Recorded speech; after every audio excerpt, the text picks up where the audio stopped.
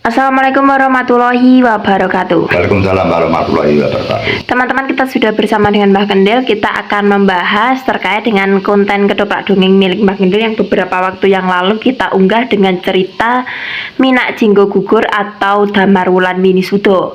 Dan saya sampaikan bahwa cerita ini sudah selesai, teman-teman, sudah berakhir di seri tamat, sehingga teman-teman atau penggemar-penggemar ketoprak dongeng Mbah Kendil tidak perlu menanti kelanjutannya. Namun apabila teman-teman menginginkan dongeng Mbah Kendil ini berlanjut, mungkin nanti kita akan pilihkan cerita yang perlu kita angkat yang berguna bagi seluruh masyarakat Indonesia utamanya.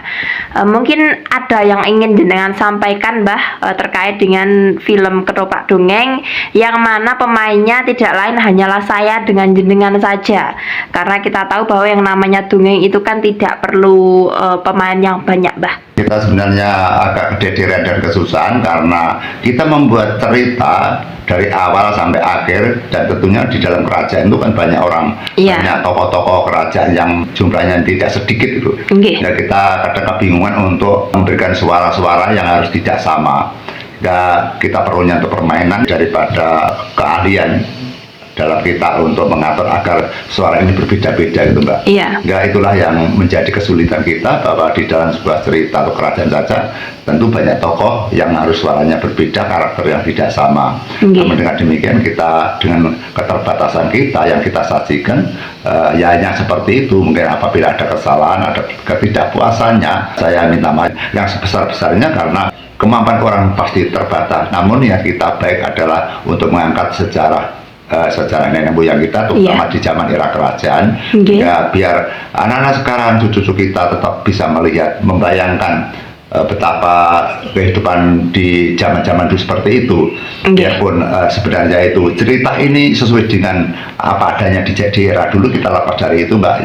Yang jelas kita kan tidak tahu kehidupan di masa lampau. Apabila ada kekurangan, maka kita atau saya sendiri minta maaf yang sebesar-besarnya, karena memang kita di dalam untuk pembuatan ini kita memikirkan yang banyak sekali di dalam sebuah tokoh-tokoh yang harus kita selesaikan, seperti suara-suara yang berbeda dan cerita yang harus masuk akal, karena kita tahu bahwa di dalam budaya kita seperti ketoprak saja banyak yang melenceng, seperti tokoh-tokoh daripada Sabto Balono Yoginggong itu dilambangkan kelenyitan dan hanya ketertawaan saja.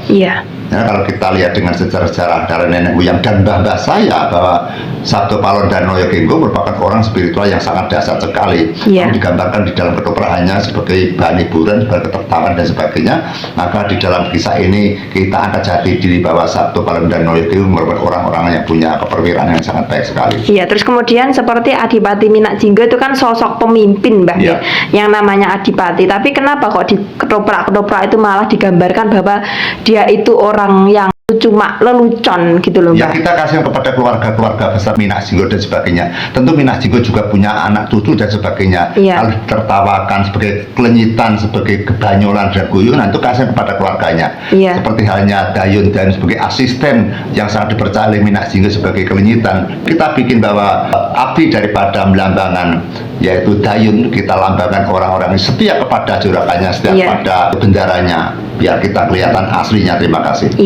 Ya teman-teman, semoga video ini bermanfaat bagi kita semua, dan kita akan lanjut ke konten-konten Mbah Kendil yang selanjutnya. Ada yang ingin disampaikan lagi, Mbah, sebelum saya tutup? Ya, yang jelas kita tidak masuk akal. Misalkan Minak Jinggo dan Dayun, kemudian Damar Wulan dengan Sabto Balono Yoginggong, itu kan orang kepercayaan, dan tidak mungkin orang-orang yang dipilih orang besar itu bodoh. Seperti halnya misalnya wakil presiden, tidak mungkin wakil presiden bodoh. Kemudian wakil camat, tidak mungkin wakil camat bodoh.